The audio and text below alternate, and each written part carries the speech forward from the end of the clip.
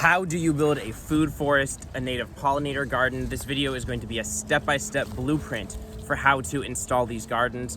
This is the fourth video in a series on how to build a food forest, native pollinator plant garden installation business, or fruit garden, you can call it that too. So, the next video is going to talk about the actual design, and design as in where the plants go. So you have your garden, where do the plants go? How do you design an ecosystem by selecting plants that fulfill each part of the ecosystem and arranging them alongside each other through guilds or through getting good at design and being able to do it on the fly. So this video is going to be everything else. It's going to be before that, everything else that comes into building these gardens so that you can just go and put the plants in and then you're done. So step one, we're going to just cover the starting ground. A lot of the time when you're building these gardens, it's going to be on grass. You're replacing lawns, which is great. I don't know if, can I swear? Yeah, fuck the lawns. I don't think YouTube's going to get mad about that. Fuck the lawns. You're probably going to be replacing a lot of those. Other than that, if there's wood chips there, that's fine. If there's dyed wood chips, that's bad. You got to get those out. If there's landscape fabric, it's bad. You got to get it out. If the soil has heavy metals in it, if the soil has anything in it, you got to take that into account. If there's rocks, you got to remove those rocks so that you don't need to get every last one. That would be really time consuming and it would take a lot of dirt out too. You don't want soil that's super rich in nutrients. A lot of these, I mean, it obviously depends on the climate you're in, but I don't know how these things go in the tropics, but let's say you're anywhere like in North America and you're installing a native plant garden with a lot of native wildflowers. These are plants that rely on low nutrient soil. So these plants will not do well. They will die if there's too much nitrogen, too many nutrients in the soil. This is overall a pretty good thing because you can kind of just take a lawn, which isn't super nutrient rich. If you're doing it on top of an old garden, that's another thing. Let's say there's been a bunch of compost added to that garden. What you're going to want to do then is perhaps take some wood chips, which we're going to be using a lot of, and you're going to need some good wood chips, not polluted, and you're going to want to go and mix those in with the soil. That could be pretty labor intensive. And you might even want to let it sit for a while after that before you plant your plants to soak up all that nitrogen to balance out. Wood chips are like pure carbon. There's a lot of nutrients, but it's not the kind of bad stuff we're worried about. It'll really balance out with a really high nitrogen, nutrient-rich soil. And so when we're talking about high nutrient, we're talking about NPK for the most part. You don't need to get into all the nitty-gritty of micronutrients in the soil food web. We're just talking a lot about the nitrogen and NPK as well. There's a woodpecker right there. He's bobbing up and down. So yeah, we're by the river here, getting into it. I think someone just fell in the river. You've got your land. Nutrient levels. You can test for heavy metals, especially if there's reason to believe there have been heavy metals in there in the past.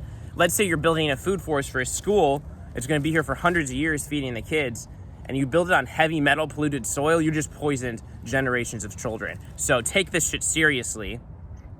A lot of the time you don't need to test for heavy metals in certain situations. In the past, so here's what we're going to look out for. Lead paint was used on houses. If there's an old house, I think it was before the 1980s, although you want to fact check that. Check for lead in the soil. That's really important. Other than that, lead used to be in gasoline. Lead is pretty much everywhere, but it's not going to be at the levels of if there was paint that was just peeling off of a house and getting into the soil. So a lot of the time in that kind of situation, you can put a buffer and find where the soil is good. For a lot of these small projects, you don't need to go and test heavy metals in the soil if you don't have reason to believe that they're there. Other than that, you don't really need to test nutrient levels if you have a history of the land, and that can give you the understanding you need. So soil that's there, nutrient levels, pollution. Other than that, pretty much any just ground soil is fine because you're going to be putting native plants that are accustomed to that ground soil. If it's too clay or too sand, the only thing that's going to improve that reasonably, unless you're going to mix in a bunch of other soil, which is really expensive and unreasonable, is just improving the organic matter of the soil. You're going to see later in this video how we're actually building these gardens. We're going to be putting layers on top of what's already there. We just want to make sure there's nothing really bad deep down where the roots are going to go, or where you're planting the plants. It's not It's not super crucial that everything's perfect, but those are the things you want to look out for. So let's say you have grass. This is going to be what you're doing a lot of the time. There's going to be something growing there. If there's nothing growing there, that's a problem. Why is nothing fucking growing there? There's something wrong with the soil. So whether it's grass, it's weeds, it used to be a garden, unless there's wood chips or rocks, whatever you have there, you might have some weeds, unless it's like a perfectly weeded rock area. Have they put pesticides and stuff there in the past? If they have, that shit degrades. It depends on the thing. You might just want to put a warning, hey, we're recovering this area. Don't eat from here for 3 years. Doesn't mean you can't build there if there's like a wood chipped area where someone put some Roundup. It's not ideal. I would try and find another area, but we can regenerate these places. That's ultimately what we need to do. So just depends on the needs of the client and everything. So you want to take into account what you're trying to do. Is this something where people are going to be eating out of? Is it just native wildflowers? That's going to change these things a little bit. If it's just native wildflowers, you don't need to worry about heavy metals. Although, I don't know why you're just doing wildflowers when you could be growing fruit and food for people. That's a lot better for the environment because they're not buying grocery store fruit. So you've got the land. What you want to do, if there's anything growing there, back into gear with that one, is put down cardboard. We're going to be sheet mulching this bitch. So sheet mulching is a technique where you put cardboard down. A lot of the inks in cardboard are pretty harmless. A lot of them are petroleum-based. Actually, most of them are petroleum-based. You don't want that. It's not ideal, but you can get away with it. What I do instead of cardboard, and let's actually cut into another part of the video before we get into this, I just put up an Instagram post. It is November 11th, I think, 2025. If you want to look at the pictures, which you should do to go along with this, I'm putting up a post to accompany this video, and it's going to cover basically the steps we're going through. Eternal, period, harvest. The word eternal, a period, the word harvest. Go to that Instagram, go down to that post, and look at those pictures to accompany this video. So you put this builder's paper down instead of cardboard. Builder's paper is just like a 3-foot wide, 100-foot long roll of cardboard paper. It doesn't have all these inks and dyes. It's going to be a lot better to work with, and it's going to have a lot better coverage because you're not just putting cardboard next to each other. So you got the builder's paper down. On top of that, you want to put a layer of compost. However, I would be careful with this. Some people will put down a layer of compost and let it sit for a while, and because you're letting it sit for a while, you don't have to worry about that. If you're planting into this right away, I would urge caution, although that could be fine, and just use some kind of topsoil. You also can just skip this step.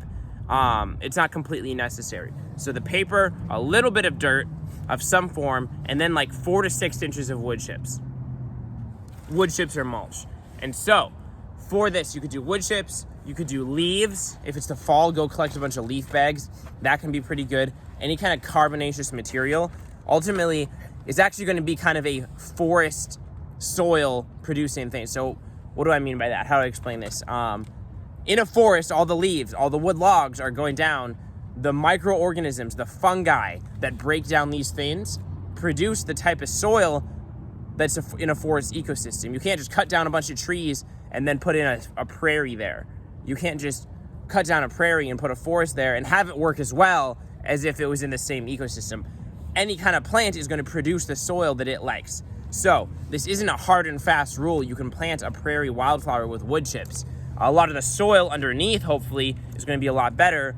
It's fine, but you do want to understand what you're doing here. So whatever you put in there as the mulch is going to produce the kind of soil of the plants it came from, whether it's leaves from trees, wood chips from trees. So that's why I kind of urge you to do a food forest. I mean, that's one reason. That's one reason it's great to do a food forest instead of just a plain wildflower prairie. It's better to do something more in the middle. So you're putting down your wood chips. You want to source them from a good source.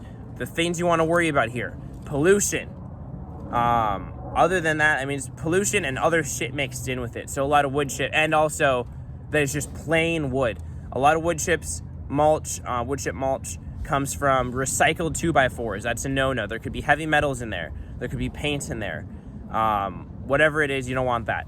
There's a lot of dyed mulch. You should probably know you don't want to be using dyed mulch in your food forest system. A lot of wood chip companies are places that trim trees. This is pretty good. If you're trimming trees, Yeah, there could be some shit in the soil below, but overall, by the time it's at the top of a tree, you're getting some pretty pure stuff. This is going to be decomposing over time. I think that's pretty much fine. You do want to look into the source. Maybe there's a pile out in your city of wood chips available that you can just go pick up for free. That's going to save you a lot of cost when you're building these gardens. You can also go to companies where you can buy it by the cubic foot in bulk.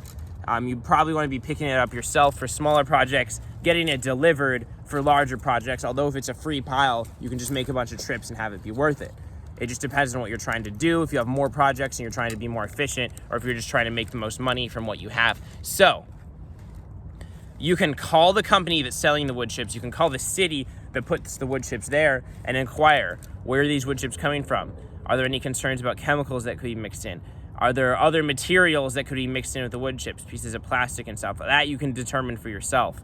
But overall, a lot of these free wood chips places, I think, are pretty fine, pretty great. Just clippings from trees. That's awesome. A lot of free wood chips. Let's get it. So go get your wood chips, put down 4 to 6 inches.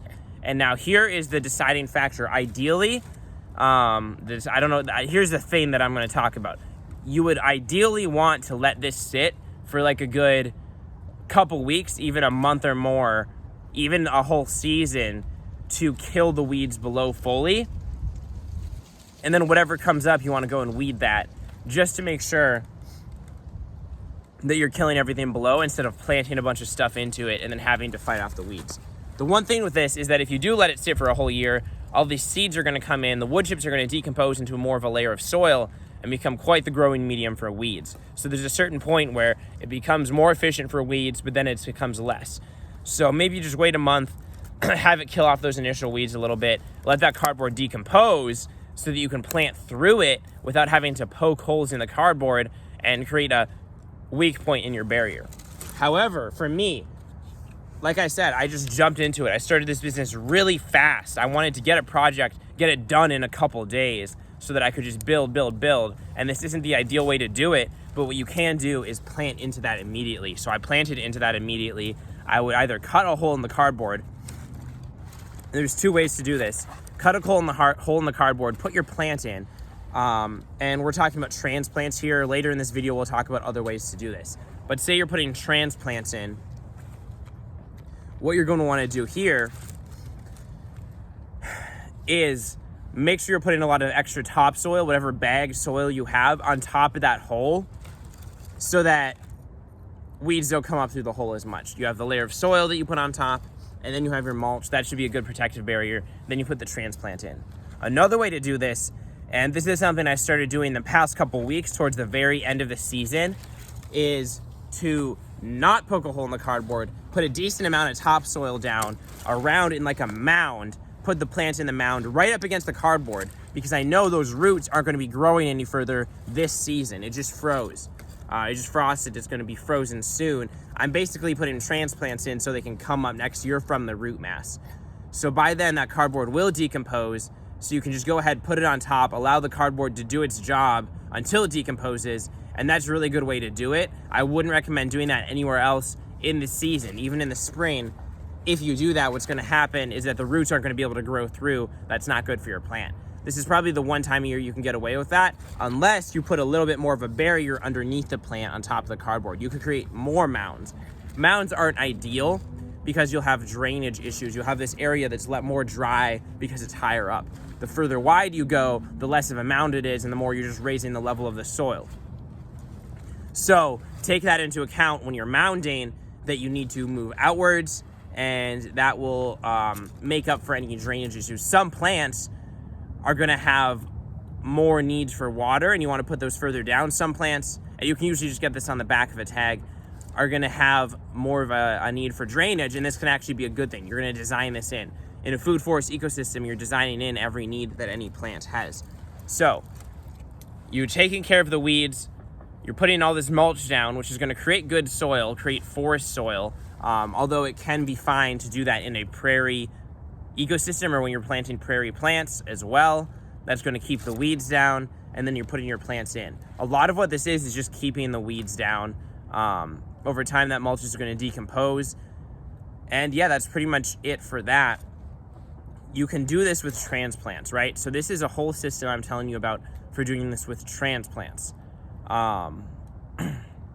Yeah, that's pretty much it. So you can design in, you can add raised beds. That's another thing I'd say. You can build in raised beds. Go Google how to build a raised bed. Maybe do it out of cedar wood or some kind of metal that's not going to be leaching heavy metals. Don't do treated wood in your garden, obviously. That's going to have heavy metals and other chemicals in it. So yeah, you can do whatever add-ons you want. You can design those in. You put your transplants in. The next video is going to talk about how to actually design that system. One more thing is, at a certain point, and I don't know where exactly this is, maybe around 1,000 square feet, maybe around 3,000 square feet. It depends on the budget. Does the person want this done sooner or as cheap as possible? There's another way to build food forests, and that is by seed. Of course, a lot of fruit trees and fruit bushes you're not going to be able to do by seed. You're pretty much just going to be able to do this with prairie plants. But let's say you have a section that gets a lot of sun and you want to put a lot of prairie plants there. If you're putting a lot of prairie plants down in a large section, it can make sense to wait and to plant that by seed. That's going to be way cheaper. You're not going to be getting all these wood chips in. You're not going to be buying all these expensive transplants. So the way you're going to do this, and I would recommend doing it this way, there's other ways to do it. You can till the ground. I wouldn't recommend that because that's not really going to kill all the weeds that are there. And then you're going to have so much competition from those weeds. What I would recommend you do is take an entire season, spring to fall, and put a black polyurethane 8mm silage tarp down with the black side facing up. So if we're talking about prairie plants, we're not worried about a little bit of microplastics leaching out into our food. Even with fruit trees and bushes, this isn't the end of the world. It's not ideal, but it's just so effective at clearing an area. It's better than herbicides. My favorite farmer, J.M. Fortier, taught me how to do this in his book, in his videos. It's a very popular method because it is just so effective. You can reuse these tarps, which is going to waste a lot less plastic, and they're not going to leach too badly. So the black on top, what that does is makes it so the sun heats it up underneath, and that speeds up the decomposition process. What you're doing here is basically cutting off the light from the plants below. So the plants below do not have access to light for an entire season. They're going to die from that. They're going to just decompose. All the roots deep down are going to try and shoot up sprouts and over time just decompose. So because you're putting that plastic down, it's going to compress the soil a little bit over time, but that's fine. While you're decomposing, that's also going to attract, while it's decomposing, it's going to attract a lot of earthworms. It's going to build up a lot of the soil quality. Pretty much everything about this method is good for the soil, except for the fact that it's going to be compressed a little bit. And now in market gardens, what you can do for this is after you're done, broad fork the soil. In this system, if you happen to have a broad fork, it would be great to do that after as well to help those prairie seeds get along, but you don't need to do that. You can just let it be, put the prairie seeds down and fluff up the top layer over time because you're not tilling the land or anything. The soil is going to get fluffed up naturally over time. It's going to become more aerated long term. And those plants don't need to get deep down right away. Over time, they'll loosen up the soil for you. A lot of plants that grow in prairies are used to fluffed up soil, but they create fluffed up soil as well.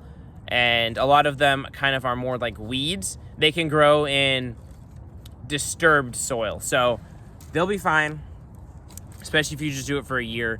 And yeah, you can put the plastic down, then you go the next spring or fall. Some seeds need cold stratification, you put them down in the fall. Some seeds you cold stratify in your freezer and you put them down in the spring, along with seeds that just can be put down in the spring. I think putting it down in the fall is generally ideal because pretty much any native wildflower seed is going to be used to going down in the fall. Whether it needs the stratification or if it's just fine with that, it'll do well that way. Then in the spring, you want to keep it wet. The rains might do that for you. But if the rains do not do that for you, you need an irrigation system that can handle this large area. It doesn't need to be super robust. If you need to go out there 4 times a day and move the sprinkler, that's fine because you're not going to be needing to do this forever. You might need to do this a couple times in the spring while the seeds are sprouting to give them the best shot. If you're doing this for a large area, you might think, no, that's too much work. I need to go back to the site a bunch of times and move it around. If you look at the prices of doing a larger area with transplants, it can be so expensive that if you charge for all that, you're not charging for the time, you're charging for the project. But if you charge like 3 times cheaper, and this is kind of what I'm looking at as far as my numbers, if I charge 3 times cheaper to do it over the course of another 2 years, I mean, this puts you probably a year behind, really, because you're having so many seeds. It's 1 year to kill the weeds. You put those seeds in the spring, they're going to catch up to a lot of these transplants, and there's going to be so much more volume. You're really putting this back about a year. So yeah, you charge a third of the price, maybe a half of the price. If you got to go out there and spend a day watering it, that's fine. Account for that. If you don't, you just made more money. You can either do this in a way that is riskier to yourself, or in a way that's fair to the customer, where it's like, hey, I actually am not going to handle this watering. You handle the watering, and it's a lower price. Ideally, I would say you have the customer handle the watering. The thing there is that you can't guarantee success. A lot of they're not going to freaking do it. They're just going to not do it. They're going to be like, oh, it's fine. So maybe get on their ass about it. Say, hey, it hasn't been raining. Can you make sure to water your plant? Remind them, hey, all this money you put into this, it's not going to do anything if you don't go water it. So yeah, ideally you get the customer to water it, but I'm just talking about if that's not going to be the case. Maybe you're doing it for a school, maybe you're doing a larger project, whatever it is. What you can also do is invest in an irrigation system with an automatic timer, an automatic splitter that splits, say, your irrigation system into 4 quadrants. You can get these for like $200 at certain stores. Then you set up hoses and sprinklers, and you can get it to water throughout the day. If you're going to be doing this a lot, that's probably the right investment to do. I would honestly even go as far as getting a camera to make sure it's working, and you're going to be able to reuse that system for different projects. So it's going to pay off. That's going to be a good way to do things. However, ideally, you're just going to get a lot of snow melt, rainfall in the spring. These plants are going to take off. If it's just a lot of soil, maybe once the plants have sprouted, then in the summer, early summer, they're going to need a little more water to help them along. Hopefully, just sprouting them, they don't need too much. After the first year, they're going to be fine. You can even just not do this. It's just not going to result in as good of a prairie. A lot of those plants aren't going to make it. You're putting in all this effort to kill the weeds. You don't want to mess that up, because then if you don't have your prairie plants come in, weeds are going to come in. So you definitely need to do this if you want this to be successful. So those are the ways to build these gardens. In that system, you just go ahead and you put your fruit trees in alongside that. Maybe you wait till you're done tarping to kill the weeds, and the next year you put your fruit trees in, you put the seeds down, and you just make sure not to mess those up. You got rocks falling. So yeah, those are the ways to build a garden. The next video is going to cover how to actually arrange those plants and design the ecosystem. But this is a lot of what you need to know. I would say this is just a simple introduction. Go do some more research on sheet mulching. Maybe even go read The Market Gardener just to understand how a lot of those systems work, although those are different systems that I'm implementing into here. This is the type of thing where if you do research into food forestry in general, you're going to get a lot better idea of how these things work. You can't just go off of this. You want to be doing your own research. But this gives you an idea of how this works, how you might want to structure it. And yeah, that's pretty much it. I'll leave the video here, cover everything else in another video. Peace.